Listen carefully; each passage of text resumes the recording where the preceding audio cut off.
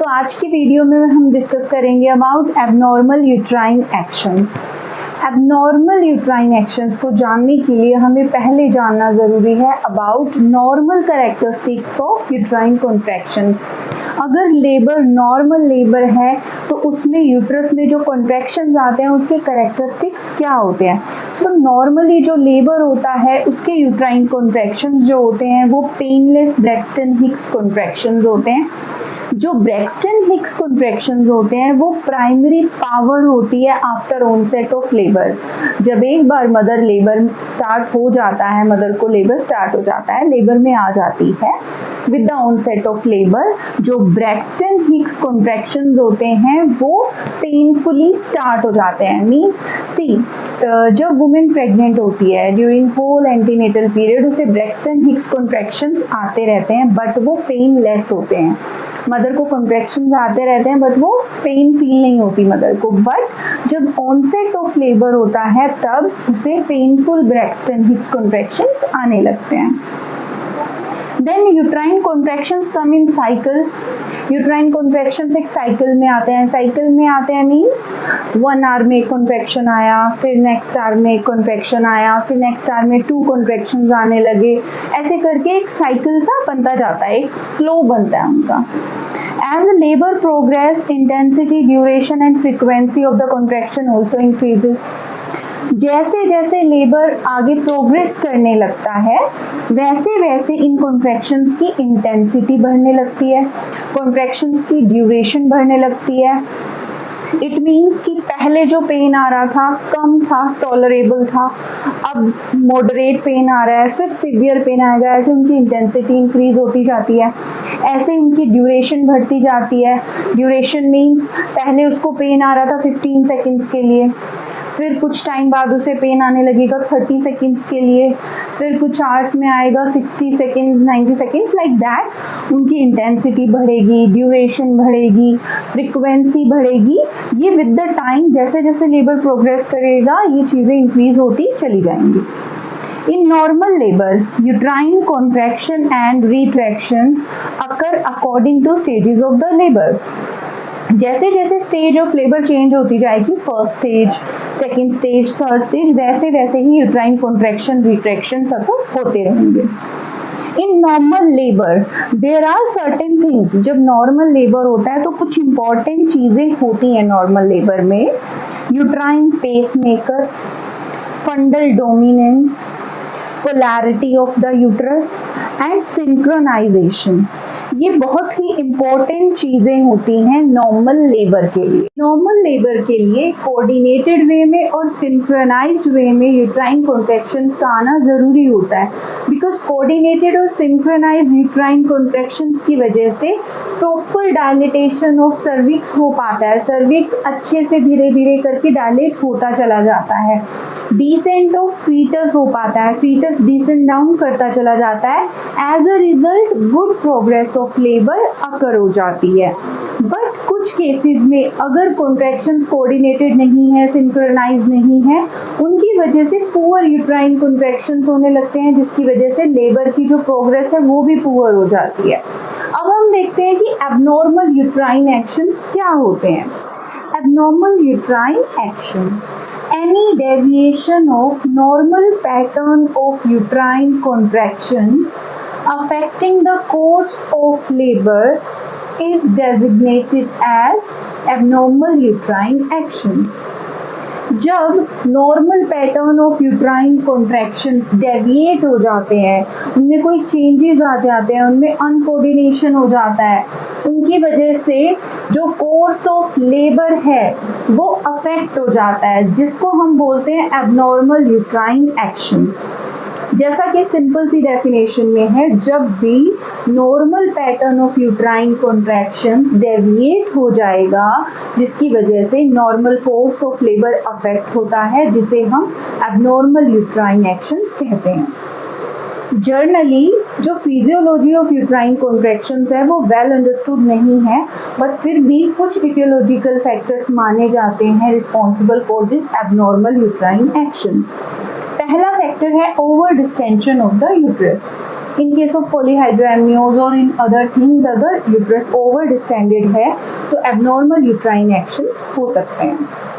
Prolonged pregnancy, emotional factors like anxiety, stress, contracted pelvis, pelvis का जो size adequate नहीं है, कॉन्ट्रैक्टेड है, माल प्रेजेंटेशन उसमें काफ़ी होती हैं like breech, shoulder, footling knee, तो malpresentation, obesity, all these are the etiological factor which are find to be responsible for this abnormal uterine actions।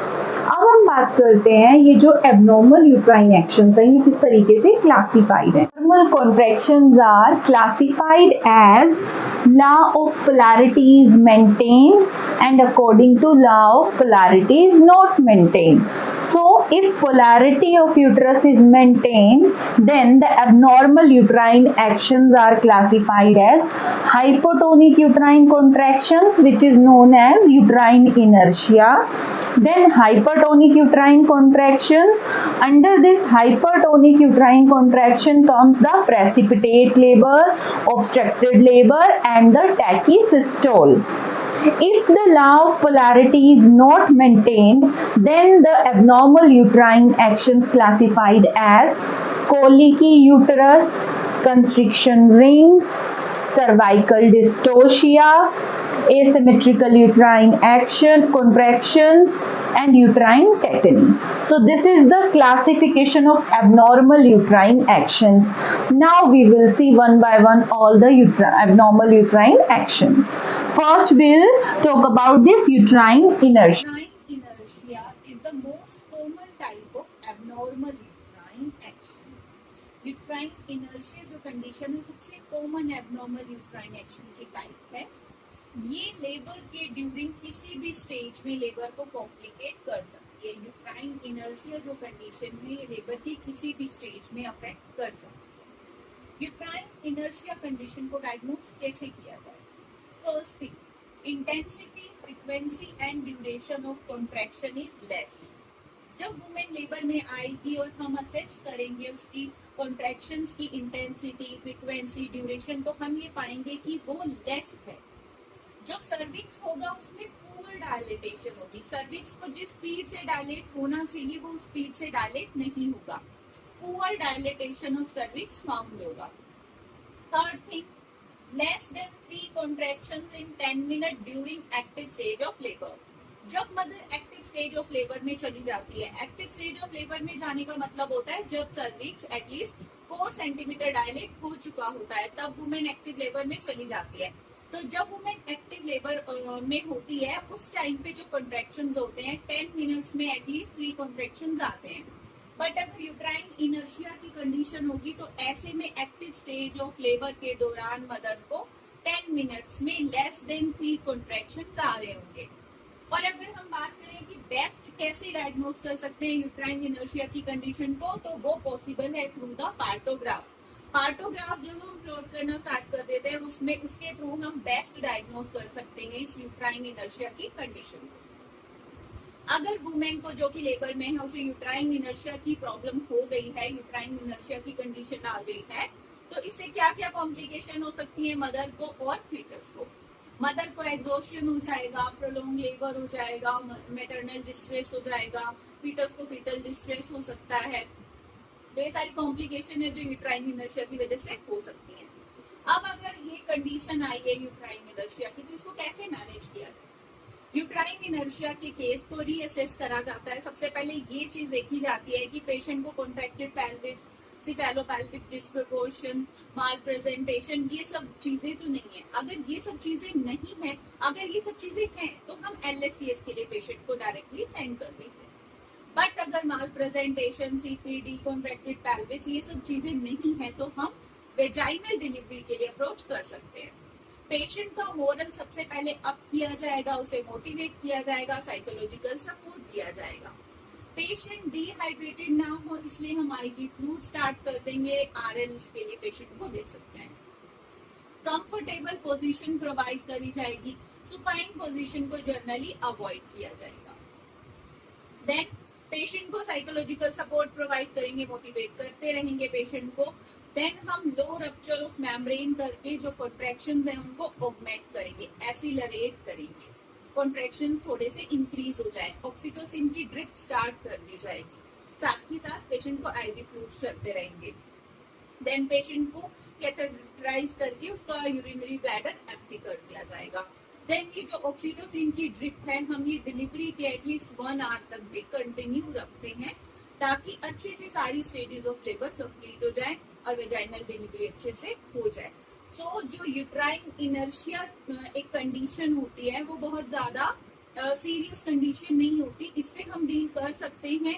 अगर पेशेंट को कॉन्ट्रैक्टेड पेल्विस सीपीडी माल presentation नहीं है तो नॉर्मल वेजाइनल डिलीवरी पॉसिबल हो जाती है। Next condition अब हम देखते हैं। Okay guys, so now let's talk about another abnormal uterine action. Precipitate labour, ये भी एबनॉर्मल यूट्राइन एक्शन होता है। प्रेसिपिटेट लेबर का मतलब है जब लेबर की फर्स्ट स्टेज और सेकंड स्टेज दोनों मिला के लेस देन 2 आवर्स में कंप्लीट हो जाती हैं, उसे हम प्रेसिपिटेट लेबर कहते हैं। Let's see the definition.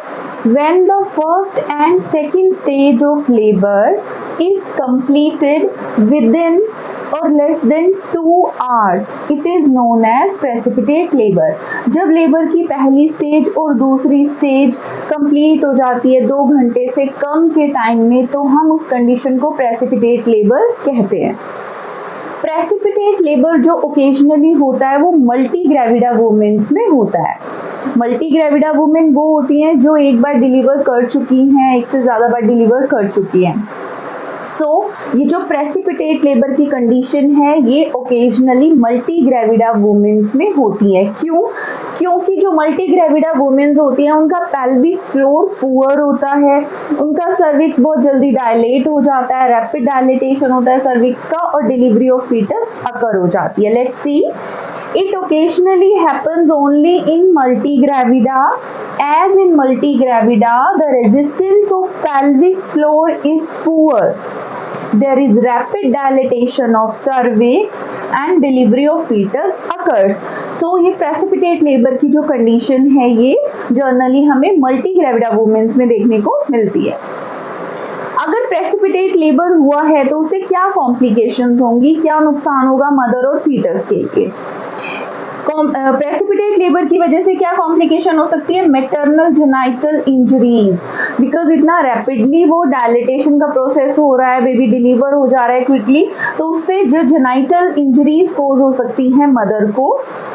Postpartum haemorrhage अगर हो सकता है, पीपीएच, सर्वाइकल टीयर्स हो सकते हैं एंड फीटस को इंट्राक्रेनियल हैमरेज अगर हो सकता है due to this precipitate labour. अब इसकी मैनेजमेंट की अगर हम बात करें, अगर प्रेसिपिटेट लेबर का केस अर्ली डायग्नोस हो गया है, जैसे ही हमने उसे डिटेक्ट करा तो हमें फीटस के हेड की कंट्रोल डिलीवरी करवानी चाहिए एपिजियोटमी देने के बाद, ताकि हम कॉम्प्लिकेशन से बचा सके। If detected early, control delivery of head following liberal episiotomy may prevent the complications. अगर प्रेसिपिटेट लेबर का केस अर्ली डायग्नोज हो जाता है तो उसे मैनेज हम कैसे करेंगे? जो फीटस का हेड है उसकी कंट्रोल डिलीवरी करवाई जाए, बहुत रैपिड डिलीवरी ना हो, कंट्रोल डिलीवरी करवाई जाए एपिजियोटमी देते हुए, ताकि हम इससे होने वाली कॉम्प्लिकेशन से बचा सके मदर एंड द फीटस को। सो ये था precipitate labour. Next abnormal uterine action हम देखते हैं, tachysystole. So the next abnormal uterine action is tachysystole. Tachysystole क्या होता है? It means more frequent uterine contractions, usually at least once in every 2 minutes. When tachysystole occurs due to any drugs like oxytocin or prostaglandin, it is known as hyperstimulation. Tachysystole condition में जो uterus है उसमें contractions more frequently आते हैं, हर 2 minute में एक contraction women को आने लगता है। अगर टैकीसिस्टोल वाली कंडीशन किसी ऑक्सीटोसिन ड्रग या प्रोस्टाग्लैंडिन ड्रग्स की वजह से होती है तो उसको फिर हम हाइपरस्टिमुलेशन बोलते हैं। यूट्रस को आइडियली इस तरीके से कॉन्ट्रैक्ट नहीं करना चाहिए, बट अगर ऐसा करता है यूट्रस इतना ज्यादा कॉन्ट्रैक्ट करने लगता है तो हम उसे टैकीसिस्टोल कहते हैं। इस वजह से क्या कॉम्प्लिकेशंस हो सकती हैं? फीटल को डिस्ट्रेस कोज हो सकता है, इवन अगर ये कंडीशन ना कंट्रोल हो तो फीटस की डेथ भी अकर हो सकती है, इवन द फीटल डेथ में अकर। पीपीएच हो सकता है, postpartum haemorrhage, amniotic fluid embolism हो सकता है इसकी वजह से। अब इस कंडीशन को मैनेज कैसे किया जाए? जो भी ड्रग दी जा रही है वुमेन को ड्यूरिंग लेबर, उसको that should be stopped, drug stop कर देना है, उस ड्रग को स्टॉप करवा देना है। O2 inhalation given, oxygen inhalation start करवा देना है। Patient kept on left lateral position, patient को लेफ्ट लेटरल पोजीशन प्रोवाइड करनी है। टोकोलिटिक में बी नीडेड, टोकोलिटिक ड्रग्स की जरूरत पड़ सकती है, अगर उनकी जरूरत हो तो वो प्रोवाइड करे जाते हैं। If not relieved LSCS is perform, अगर ये सब चीजें करने के बाद भी पेशेंट को रिलीफ नहीं हो रहा, यूट्राइन कॉन्ट्रैक्शंस इतनी ज्यादा फ्रीक्वेंसी से आ रहे हैं, तो पेशेंट को सिजेरियन सेक्शन के लिए भेज दिया जाता है, उसका सिजेरियन सेक्शन परफॉर्म करवा दिया जाता है। तो टैकीसिस्टोल क्या होता है? यूट्राइन कॉन्ट्रैक्शंस का मोर फ्रीक्वेंटली आना, यूजुअली हर 2 मिनट में एक बार कॉन्ट्रैक्शन आना। अगर टैकीसिस्टोल की कंडीशन ड्रग्स की वजह से होती है, लाइक ऑक्सीटोसिन की वजह से या प्रोस्टाग्लैंडिन की वजह से, तो हम उसे हाइपरस्टिमुलेशन भी कहते हैं। अगर टैकीसिस्टोल हो रहा है तो उससे पीपीएच हो सकता है, फीटस को डिस्ट्रेस हो सकता है, इवन फीटस की डेथ भी हो सकती है, एमनियोटिक फ्लूइड एम्बोलिज्म भी हो सकता है। इसको मैनेज कैसे किया जाए? जो भी ड्रग दी जा रही है उसको इमीडिएटली स्टॉप किया जाए, ऑक्सीजन इनहेलेशन स्टार्ट करी जाए, पेशेंट को लेफ्ट लेटरल पोजीशन दी जाए, टोकोलिटिक ड्रग्स की जरूरत है तो वो दी जाए, और अगर इन सबसे भी पेशेंट मैनेज नहीं हो रहा तो LSCS परफॉर्म किया जाए। नेक्स्ट एब्नॉर्मल यूट्राइन एक्शन है सर्वाइकल डिस्टोशिया। सर्वाइकल डिस्टोशिया एक ऐसी कंडीशन होती है जिसमें कि in spite of good contractions cervix dilate नहीं हो पाता, cervix fails to dilate and the labour become prolonged. हम ऐसी कंडीशन जिसमें कि सर्विक्स गुड यूट्राइन कॉन्ट्रैक्शंस होने के बावजूद भी सर्विक्स फेल हो जाए डायलेट होने से और लेबर प्रोलॉन्ग हो जाए, उस कंडीशन को सर्वाइकल डिस्टोशिया कहते हैं। Let's read its definition once. In cervical dystocia, in spite of good uterine contractions, cervix fails to dilate and the labor becomes prolonged. अगर सर्विक्स डायलेट नहीं हो पाएगा, चाहे कॉन्ट्रैक्शंस गुड आ रहे हो, जो लेबर होता है वो प्रोलॉन्ग हो जाता है। अब टाइप्स ऑफ सर्वाइकल डिस्टोशिया पे आते हैं। सर्वाइकल डिस्टोशिया 2 टाइप्स का होता है, primary cervical dystocia and secondary cervical dystocia. Primary cervical dystocia क्या होता है? Primary cervical dystocia is observe during first birth. अगर प्राइमरी मदर है, किसी का फर्स्ट डिलीवरी है, उस टाइम पे अगर एक्सटर्नल ओस ओपन नहीं हो पाई है, डायलेट नहीं हो पाई है, फेल हो गई है डायलेट होने से, उस टाइम पे हम उसे प्राइमरी सर्वाइकल डिस्टोशिया कहते हैं। ये रिजिड सर्विक्स होने की वजह से भी हो सकता है primary cervical dystocia, and also due to insufficient uterine contractions. अगर यूट्राइन कॉन्ट्रैक्शंस इनसफिशिएंट होते हैं तो भी सर्वाइकल डिस्टोशिया जो होता है वो प्राइमरी सर्वाइकल डिस्टोशिया कहलाता है। सेकेंडरी सर्वाइकल डिस्टोशिया हम किसे कहेंगे? If the cervical dystocia occurs due to scar formation following previous obstetric tear or gynecological operations, अगर मदर का पहले कोई obstetric सर्जरी हुई है, कोई टीयर था, उसकी स्कारिंग है, रिजिड स्कारिंग है, और या कोई गायनेकोलॉजिकल ऑपरेशंस हुए हैं, जैसे कि सर्वाइकल कैंसर की वजह से कोई ऑपरेशन हुआ है, ऐसे प्रीवियस गायनेकोलॉजिकल ऑपरेशंस के स्कार, प्रीवियस ऑब्स्टेट्रिक टीयर्स, उनकी वजह से अगर सर्विक्स फेल हो जाता है डायलेट होने से, तो हम उसे सेकेंडरी सर्वाइकल डिस्टोशिया कहते हैं। क्लियर इतना? अब हम आते हैं इसके कोजेस पे। सर्वाइकल डिस्टोशिया होने के क्या कोज हो सकते हैं? फर्स्ट कोज है सीपीडी, सिफेलोपेल्विक डिस्प्रपोर्शन। अगर सीपीडी की कंडीशन है तो सर्वाइकल डिस्टोशिया हो सकता है। नेक्स्ट इज ऑब्स्ट्रक्शन, अगर कोई ऑब्स्ट्रक्शन कोज हो रही है, जैसा कि हमने सेकेंडरी सर्वाइकल डिस्टोशिया में पढ़ा कि अगर कोई रिजिड स्कार है, प्रीवियस ऑपरेशन के स्कारिंग है, उसकी वजह से ऑब्स्ट्रक्शन हो सकती है तो डिस्टोशिया हो जाता है। देन इनजुडिशियस यूज ऑफ ऑक्सीटोसिक्स, अगर ऑक्सीटोसिक्स जो मेडिसिन हैं उनका अनवाइज यूज किया गया है, उनको सही से यूज नहीं किया गया है, उनकी वजह से भी सर्वाइकल डिस्टोशिया अगर हो सकता है। Now let's see the clinical features of cervical dystocia. अगर मदर सर्वाइकल डिस्टोशिया में है तो पेशेंट का जो लेबर होगा वो प्रोलॉन्ग हो जाएगा, मदर को सीवियर पेन होगा, कंटिन्यूअस पेन होगा, लेबर प्रोलॉन्ग हो जाएगा, डायलिटेशन फेल हो जाएगी, ये सारे क्लिनिकल फीचर्स उस पेशेंट को आएंगे। वेजाइनल एग्जामिनेशन रिवेल करती है जैम्ड हेड विद बिग कैपूट।